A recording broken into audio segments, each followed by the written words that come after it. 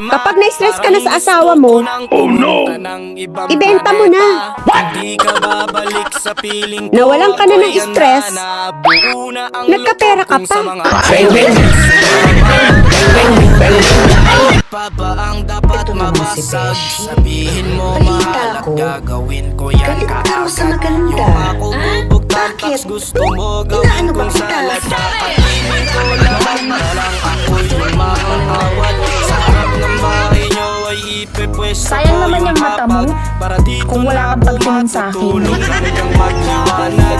Kahit magalit pa sa'kin yung tatay mong kagawad, ay wala akong pake kasi Ayokong magalit dahil pag magalit ako, sobrang ganda ko.